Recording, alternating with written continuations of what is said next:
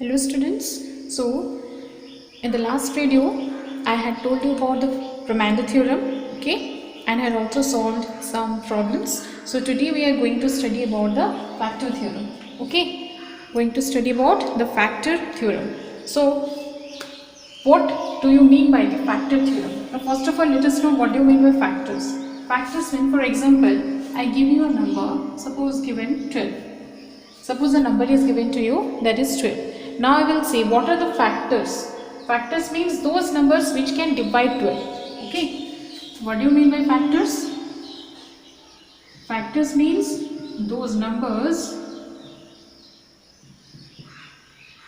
that can divide a given number. Suppose here the number is given to be 12. Now I have to find out the factors of 12. What are the factors of 12?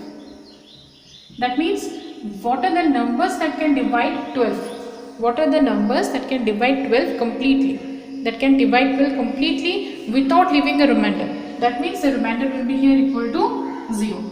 Remainder will be equal to 0. In that case, what are the numbers which can divide 12? So how we are finding out?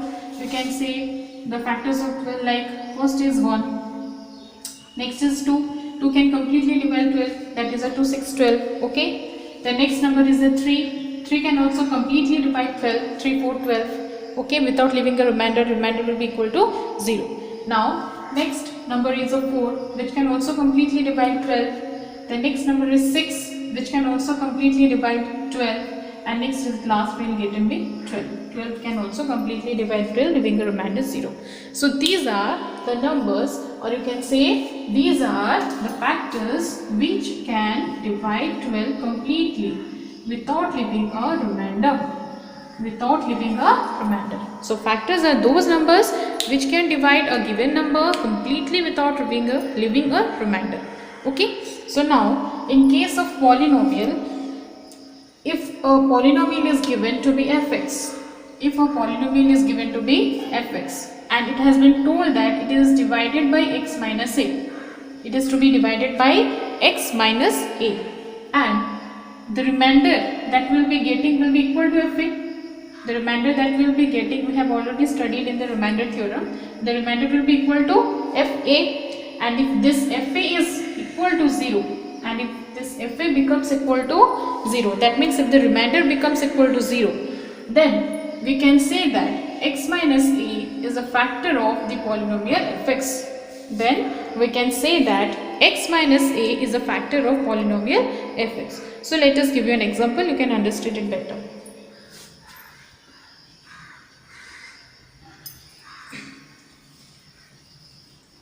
Suppose an example is given, like it has been told, suppose the polynomial is given fx is equal to x square minus 5x plus 6, okay, and it has to be divided by x minus 3. It has to be divided by x minus 3, and here the remainder that you will get will be equal to fa. Fa is equal to what? The remainder. And in place of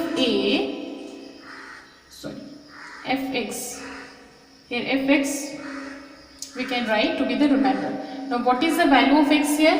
We can find out by the help of the divisor becoming equal to 0. We can make the divisor equal to 0, I had already told, and we can find out the value of x. Now x minus 3 is equal to 0, and we will be getting x is equal to 3. So we can put in place of x, that is 3, and here the equation is given x square minus 5x plus 6. Without actual division, I had already described how to find out the value of remainder. Okay, so we have to put the value of x here now. 3 square minus 5 into 3 plus 6. Now 3, 3, 9 minus 5, 3, 15 plus 9 we are getting to be 6, that is 9 minus 9 we are getting to be 0. Now the remainder that we are getting is equal to 0. Okay, so see, fx is this one. When this polynomial is divided by a fact, that is a number of polynomial that is given to be x minus 3 here. So the remainder that we will be getting will be fa, and here in this case, in this example, fa is f3. In this case, fa is equal to f3, where we have to put the value of x here. Okay, so here x value was a, so it has been written to be fa, and here x value is 3, so here we have written f3. Okay, so this is the remainder, and when we find out the remainder, if it is coming to be 0, then the factor, then that particular expression will become a factor of the polynomial. That means here we can say that therefore x minus 3 is a factor of fx. Polynomial is given, so you can say that it is a factor of that polynomial if the remainder is coming to be 0. Understood? So let us solve some more problems. You can understand it better.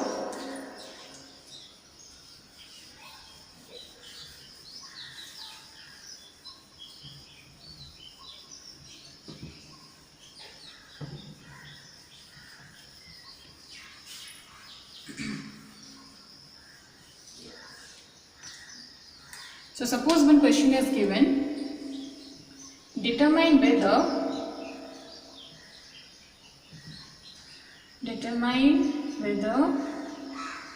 x minus 1 is a factor of x to the power 6 minus x to the power 5 plus x to the power 4 plus x to the power cube minus x to the power 2 minus x plus 1 or not. So this is the question. So you have to find out whether x minus 1 is a factor of this expression or not. First of all, you have to see whether it is arranged or not. Yes, it has been arranged. You can see the decreasing order of the power 6, 5, 4, 3, 2 and 1, 0. Understood? It has already been arranged in the descending order. Now, how to find out the remainder? So, x expression is given to be x to the power 6 minus x to the power 5 plus x to the power 4 x to the power 3 minus x square minus x plus 1. Now in place of x, what we can put? The value of x here we can find out from here. X is equal to 1. So here we can put as 1. Now this is 1 to the power 6 minus 1 to the power 5 plus 1 to the power 4 plus 1 cube minus 1 square minus 1 plus 1. So here how much you are getting? If the power is even, then we will be getting a plus sign. No, minus sign is there. Okay, so it will be 1 minus 1 plus 1 plus 1 minus 1 minus 1 plus 1. So you can see here that plus 1 minus 1 get cancelled, plus 1 minus 1 get cancelled, and plus 1 minus 1 get cancelled. But here we are getting the answer, that is we are getting a remainder to be plus 1. We are getting the remainder to be plus 1. That means fx, that we f1 we got, that is not equal to 0. So therefore x minus 1 is not a factor. X minus 1 is not a factor of the given polynomial.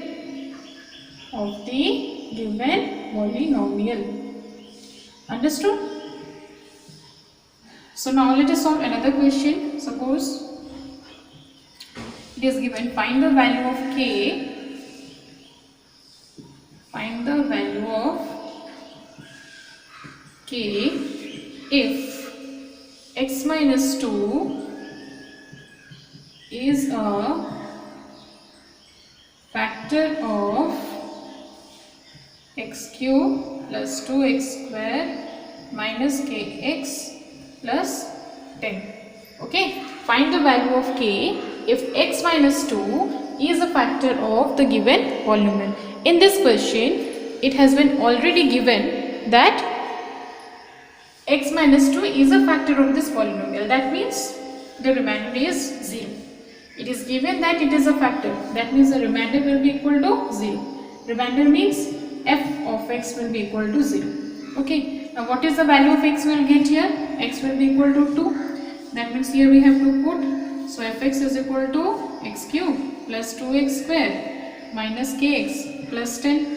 Now in place of fx we can write f2, that is equal to 2 cube plus 2 into 2 square minus k into 2 plus 10. So here given f2 that we are getting to be 0. It has been already given. So 2 cube is 8 plus 2 into 4 minus 2k plus 10. So we are getting 0, 8 plus 4 to 8 minus 2k plus 10. That means 0 is equal to 8 or 16 plus 10 is 26. So 26 minus 2k, that means 20 minus 26 is equal to minus 2k, minus will get cancelled to 1 3. So we are getting the value of k to be 13. We are getting the value of k to be 13. Understood? So in this question it has been already told that x minus 2 is a factor. So if it has been already told, that means you can equate the remainder to be equal to 0. Understood? Next, let us solve another question.